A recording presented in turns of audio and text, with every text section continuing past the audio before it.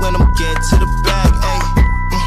Got the foot on the gas, pedal to the metal when the lane moving fast, ayy, ayy. Let them all cross. If they hate, then let them hate and make a bigger boss, ayy. This episode is brought to you by SPI Logistics, the premier freight agent logistics firm in North America. For over 40 years, SPI has been diligently building the most successful freight agent network to provide first-class relationships for our shippers, receivers, and carrier partners. We are more than another transportation network. We are a dedicated team of professionals united by one singular purpose, and that is to expedite our agents' success. All of our agents are set up for success on day one, as they are provided with a full suite of support staff that is ready to assist them with everything from after-hours emergencies to financial and administrative needs on a no-fee basis. This way, you can focus on continuing to grow your business. There is no financial risk to start, and you have the ability to earn up to 75% in commissions. If you are looking to take control of your financial future and build your business with the backing of one of the most successful logistics firms in North America, visit www.spi3pl.com to learn more. Do me a favor and let them know that the Freight Coach sent you. What is up, ladies and gentlemen? We are back. We are live. It is the Freight Coach Podcast, the top podcast in transportation, coming to you guys every single weekday, 8:30 a.m. Pacific, 10:30 Central, to break down some industry headlines. But most importantly, you guys provide some actual insight into what you can do with all of this information.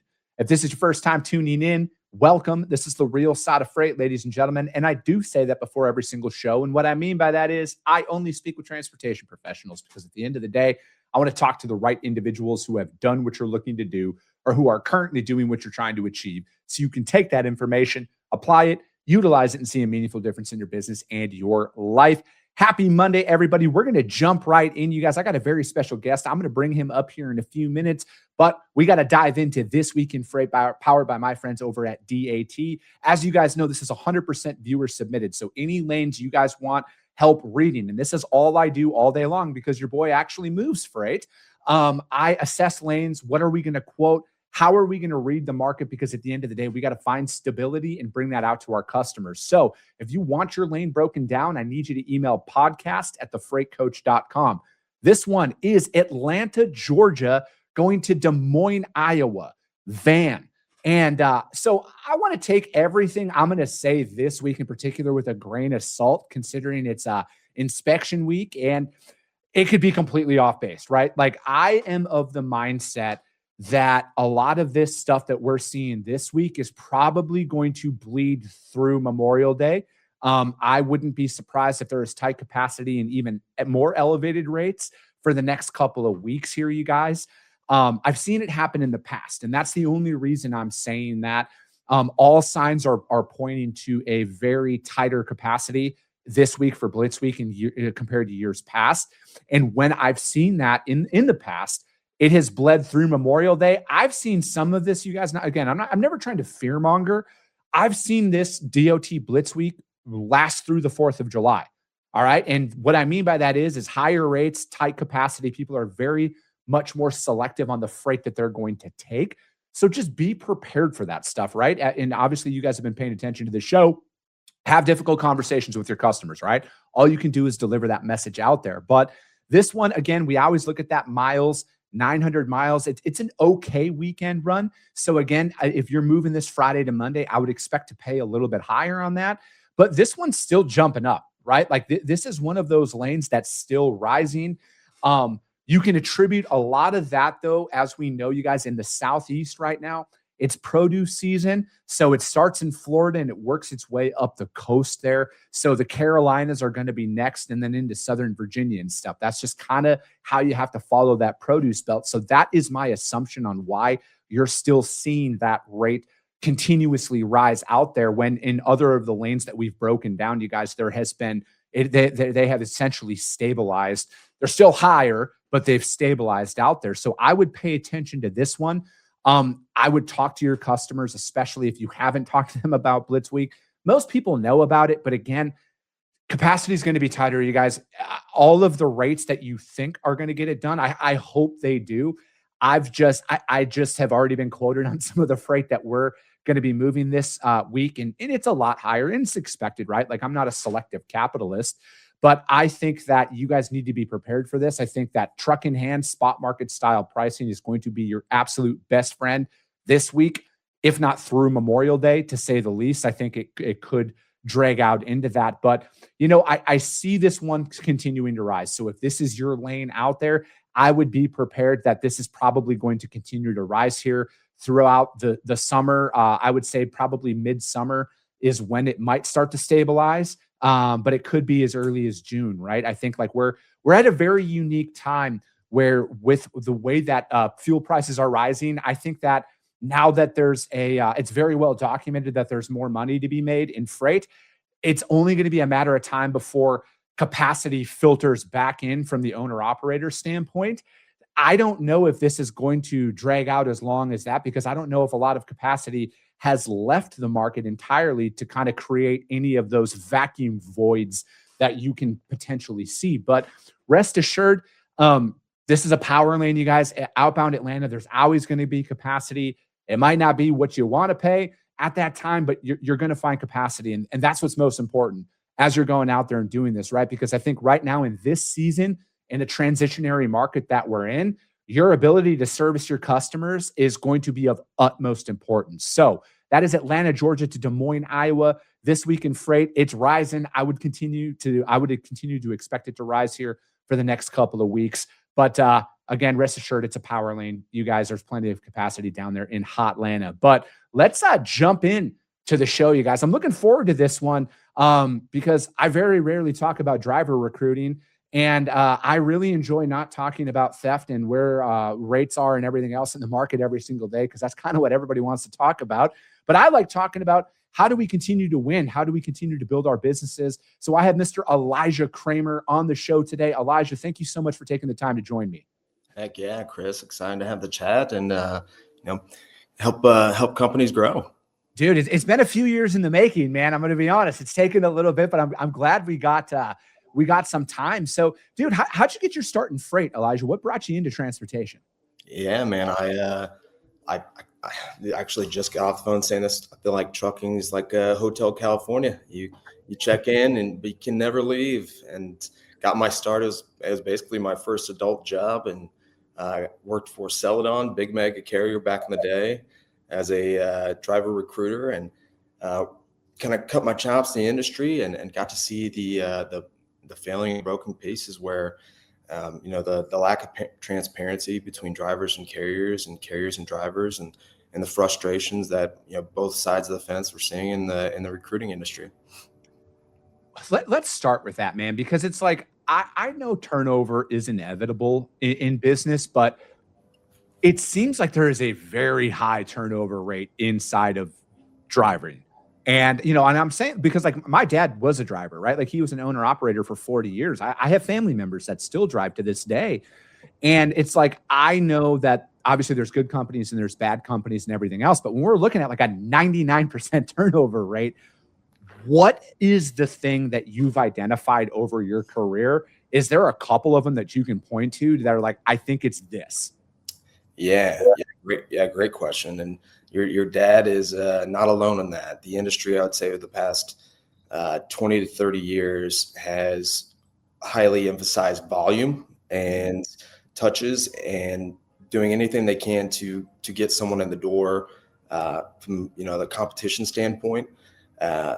So trucking being the number one industry that had the highest turnover rate, the next with nursing, it's not surprising, because the drivers over these 20 to 30 years have been, I would say, coached or navigated to not know who to trust and to what companies are good and bad. And there's no way for even the good companies themselves historically to stand out and make that known to the drivers as well.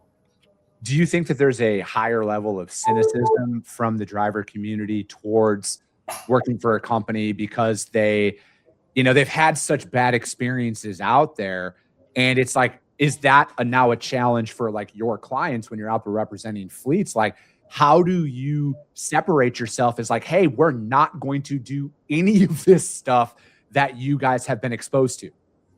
Yeah, absolutely. And my heart goes out actually to the big carriers, obviously getting my start in, at a mega carrier, Celadon back in the day, who had a not the best reputation at the time to drivers. They were very skeptical. And to a lot of these mega carriers still to this day that have been around, and a driver has a bad experience, it's really hard to change that kind of stigma or that stamp that drivers have placed on your company from being someone that doesn't take care of their drivers or doesn't do what they say. So really, I have conversations with companies of all sizes across the United States hiring drivers, and taking a look at what drivers are saying, and then the only difference is you actually have to do it, and taking the driver feedback, learning where your strengths and weaknesses are, and then just being transparent for it. You'd be surprised how just like a CEO or a high level operations person, admitting the faults and then coaching the teams, the leaders of the company, especially of every part of the trucking company, whether it's operations, dispatch, payroll, recruiting, all of them have to be aligned and putting the drivers first and doing what they're saying. And so it's really a slow churn if you have a negative stigma, but that's why you're seeing all these mega carriers spending hundreds and hundreds of $1,000s a month trying to turn that brand around.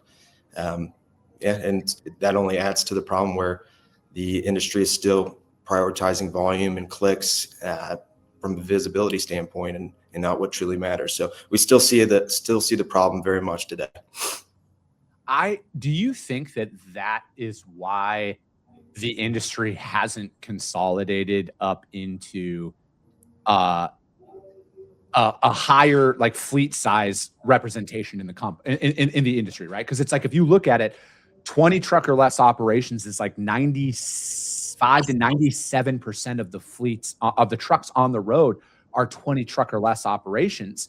Do you think that is why the little guy, we'll call it, the owner operator, the small fleets, that's why they still have such a stronghold out there in the industry? Is it's like the mega carriers might have a churn and burn reputation, that's what gives them an opportunity? Or do you just look at it as it's just the career progression, right? Like, you go in, you drive for somebody else for a little bit, you eventually just like, man, I want to go out there and strike this on my own.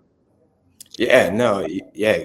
So, well, you kind of see it on both sides of the fence too, because you're right. Like the smaller trucking companies take up the majority of the market, but you're also, those 90% are struggling to hire and grow too. So you see these carriers that, if you're even a company that does what they say, and you're on the small carriers competing with the other 90% of the small carriers trying to hire and grow your fleet, you're running into a lot of the same headwinds that the large companies are that have a huge, massive marketing budget, because you're not going to compete with their marketing budget to get the views and clicks. Like, there are the amounts of money that they're spending from a visibility standpoint. And then the typical, why is your company different? Value prop of a lot of these smaller trucking companies is, we're a family owned business and we're different. We really take care of our drivers. The sad thing, I'd say, if I talk to 10 small trucking companies and I'll ask them, what's the main reason a driver should come drive for you? And it's, we're like I often hear, we're a family company business and we take care of our drivers. And it's like, that's a great value prop, trust me, but it's not helping you stand out on the front end. So that can help you, if it's true, it helps you retain that driver, but it's not helping you necessarily grow your fleet. And there hasn't been a way, I would say, up until now, the day of AI, where we're actually able to put the drivers first and letting them see all the various options and helping them find what's ideal. So it really, the same kind of frustrations happen on both the mega carriers that are kind of rebranding themselves, and then the smaller carriers that are actually looking to grow. I know that pay is a big thing, right? And, obviously people need to make money. People need to make a livable wage out there. But I think it kind of baffles me a little bit, Elijah, how many companies overlook that as like, they think that's like throwing money at a problem is going to fix it. When if you like, to me, the data is out there, man. Very few people leave a job because of pay, right? Like, I don't know too many people who get into any industry. Maybe 10, 15 years ago, this was the case. But right now, I don't know of anybody who gets into an industry and is like shocked at what the pay is, right? Everything's very well publicized. So it's like, it's easy to market to be a certain way, but like, is there a lack of like, is it just maybe people are like, no, you put profits over us, like you put profits over people, and that's why I'm leaving? Is there anything from the driver community that you've heard where it's like, no, it's not always about the money. This is why we leave, because they told us this, that didn't happen. That's why I want to go somewhere else. Absolutely. Like, yeah, nail on the head. And like, you ask any driver, and it's that exactly the scenario that you mentioned there. And drivers, you're right, they're always looking for the big three. So the big three being, obviously the pay, when they're either making a job decision or they're evaluating their current company versus the neighbor across the street that's offering 2 cents more per mile, and they're thinking about leaving. There's always three things in the back of their head where their decision makings are come from. It's pay, home time, and then equipment. Those are the main three frustrations. But overwhelming odds are why they're actually leaving is from a cultural standpoint, either how they felt heard or respected and how they were treated. And that sadly can have come from any department, and getting it out ahead of that. So whether it's, recruiting sold me this bill of goods on the front end, and now I'm in the job and it has nothing to do exactly what I was told, or, maybe someone in the operations level might have been frustrated that day and talked down to them. So it's a huge problem, and it needs to be instilled at the highest level, CEOs, ownership, no matter what, putting the driver first, and doing what you say. So really taking it back to brass tacks. If you really want to fix your retention problem at a company, it's, well, what's our recruiting team saying versus what are we actually doing on the back end? And I'd say it seemed, when I first entered the industry back in the day, it seemed like a no-brainer to compare the two. Be surprised how different it is from typical time where a recruiter's looking at a job versus when they're actually there. Yeah, it's it's interesting because it's like I look at a lot of this stuff, and I mean, I've been around this industry literally my entire life. Like my family has been in trucking since like damn near the 1930s. And I look at with where we are, and I look at the stuff that my dad talked about when he was driving, and my uncles, and I've been around it so much, and I'm looking at it. I'm like, how are we constantly going and running into the same issues with this, right? Like, how is this still a thing? How haven't there been any meaningful changes out there? Because it's like, I'm old enough now, Elijah, to know that like inherently 95% of the people on this earth are phenomenal people. They just want to work hard and go home for their family. But the 5% really do a good job of fucking it up for the rest of us. But ding, ding, ding. Yep. Yeah, but it's like, I look at a lot of this, and it's like, why is there such a continued disconnect, right? And then it's like you pull in, and if you've been on social media for more than 30 seconds, you've seen the driver groups that are out there that are posting photos of some of these facilities and some of the interactions that these individuals have to have. And then on top of it, there's nowhere to park, and all of there's a myriad of different things out there.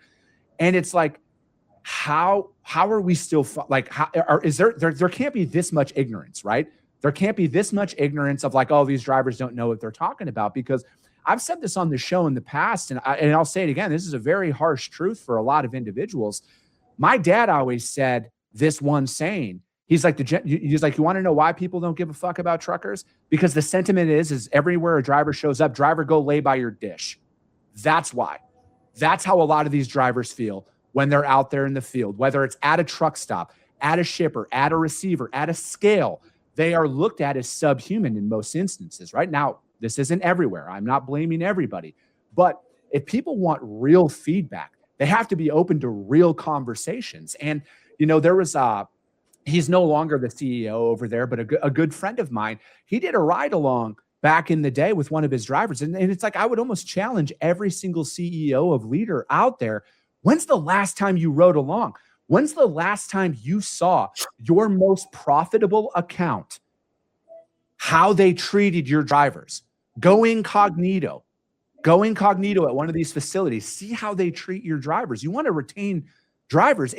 It's more, again, I don't own trucks yet, but I look at this. If your drivers are coming to you and saying, hey, this facility did this facility did that, and they feel disrespected as a person, and you don't do anything about it, that's probably one of the things that are leading drivers away. Chris, that was you stole my thunder. That is the number one solution to the industry. That is, you hit the nail on the head. It's so frustrating when I meet with these with companies of all sizes, the mega carriers down to a 25, 50 truck fleet, and it's their leadership being disconnected from what's actually happening on the road.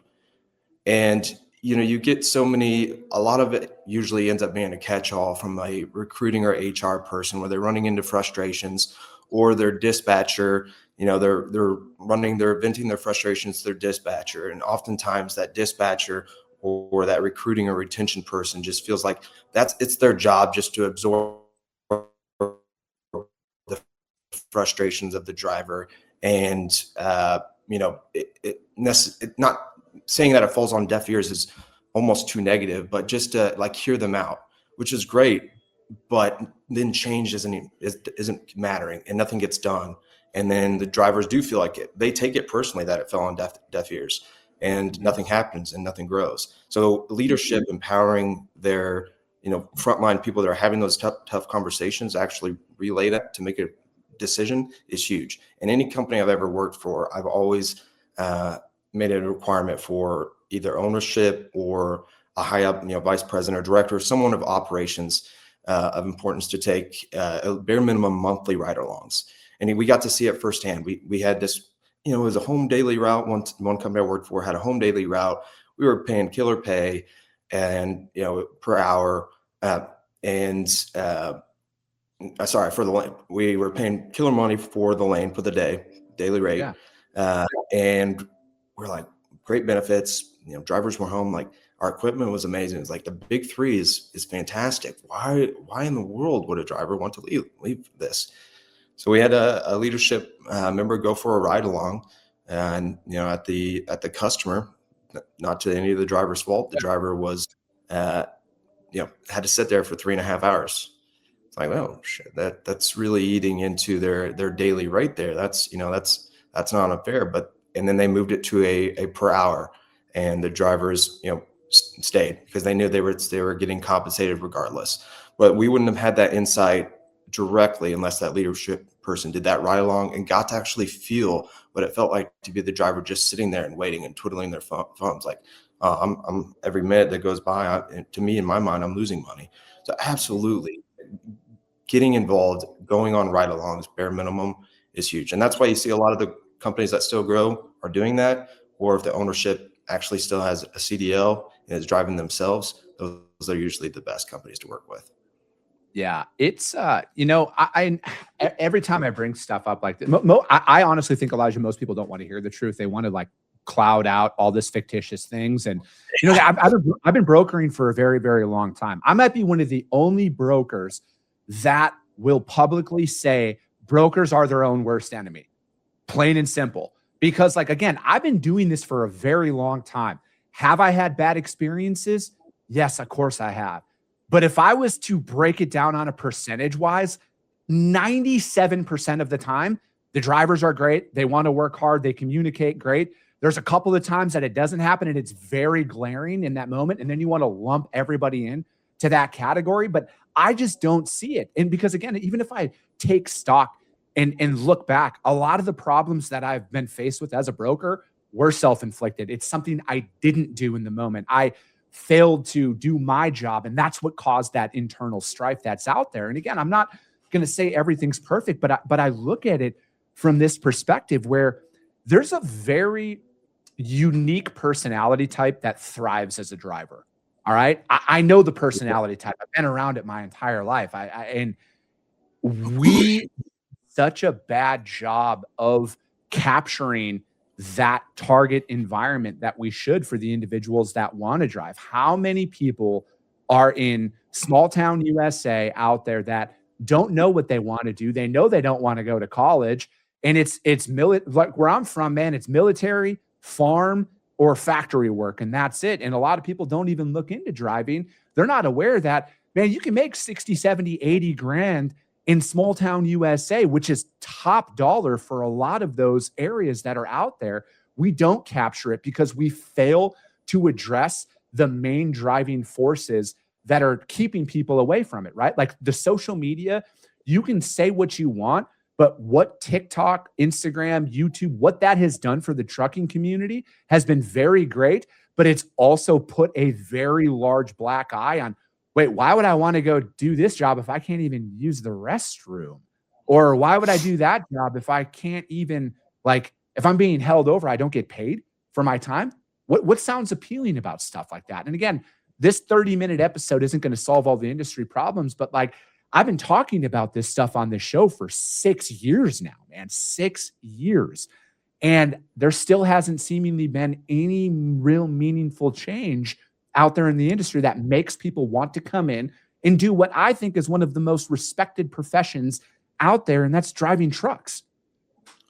Yeah, it's sad with the industry has not done itself justice as far as making, trucking sexy to, someone from that background that, and those numbers at 60, 70, 80K, honestly, that's still scraping the low end. These guys can make well over six figures. And it's like, why isn't it, why isn't it more interesting? Or why, on the flip side, why are so many still leaving? But what's neat and cool about this conversation is we get to, navigate kind of the woes of, 20 years of what the problems have been versus kind of where the change are. And what's neat about it is AI. And I know a lot of people have concerns with AI and are nervous about it. I've even thought about starting my own podcast about, kind of AI and having, more blue collar approach or like I'm a salt to the earth kind of guy. So using it for more practical reasons and how it's able to help in trucking industry, mainly in recruiting and retention. We're now at a point to where a lot of the frustrations that have been the stigma or the black eye over the years, we're able to turn around and do it right and use it efficiently in ways that those companies that are doing things the right way and are wanting to take care of their drivers and are that other, like you said, that 95% of the companies and people that are doing it right can find their ideal employment. So for both sides, the drivers can find their ideal employment and drivers can find their ideal carrier. So AI actually in the world is scary, iRobot, there is some benefits to it. Yeah, I look, because I know there's a lot of headlines out there right now with, I think I don't want to say their name because I'm not 100% sure, but there's a large food distributor who's investing in driverless technology that they're going to start testing down in Texas. I look at that and I almost look at it now, Elijah, where, I mean, autonomous, is it going to be fully autonomous in my lifetime? I don't know, man. I'm 40. I can't, I would be naive to sit here and say that it never will. But I also look at it as I think that there will be higher autonomous components of the job. It's just the driver will always be in the cab. I just don't think the public's appetite will ever be, at least in my lifetime, to see 80,000-pound speeding bullets with nobody in the cab going down the freeway, right? Unless there's a complete infrastructure change where they build highways only for those semis. I that's the only way I can see it. But it's like I look at where things are. I mean, you touched on AI a little bit there. Even from a organizational standpoint, the smaller fleets, how are you utilizing that inside of your business to recruit talent, to retain talent, but then to like create those operational profits, right? That you're maybe bogged down right now by old systems that you haven't maybe looked at. That again, you look at that cost savings and where can that be passed down, downstream there. Yeah, I completely agree with you as far as, you mentioned the infrastructure. Like we think about, like you said, in our lifetime, would there ever be a driverless, semi? I can't see it. I think there needs to be a lot of things done. You said the word infrastructure, and I think that's perfect. And, you think about just looking at it from like perspective of, electric vehicles being all the buzz over like the past 5 to 10 years, and how we thought by now that basically every vehicle out there would be an electric vehicle, and they just have lacked the infrastructure to do so, for that to truly genuinely scale. And to go to autonomous, like there's a whole other layer of infrastructure that would need to happen, and then trust and accountability, from a legal standpoint. So I think we're a long ways away from that ever being the case. But yeah, as far as companies to be able to, or drivers even being able to leverage AI themselves now to either help find their ideal employment, or to find their ideal driver, absolutely. We're at a neat crossroads where we can finally start finding some resolution to the industry's woes there. Yeah. Elijah, I appreciate your time, man. I hope you would be willing to come back on, because I feel like we got a lot more to talk about here. This flew by, as I knew it was going to, man. But how does anybody reach out to you to find out more about what you got going on? Yeah, so absolutely, man. I feel like we could have turned this into like a Joe Rogan 3-hour if we really wanted it to. But no, yeah, absolutely. Would love to be back on. A lot of cool stuff we got going on at Lanefinder. We're helping both sides of the fence there. But yeah, you can reach out to me. I always give my personal cell too. I'm a big texting guy. If you're a driver and are looking to find your ideal employment, feel free to reach out to us. We've got Laney that can help do that for you. Or if you're a carrier and you're frustrated with the clicks and volume and the unquality drivers that aren't interested or don't even know who you are, and going through all that busy work and are trying to find your ideal driver, we can help from that situation as well.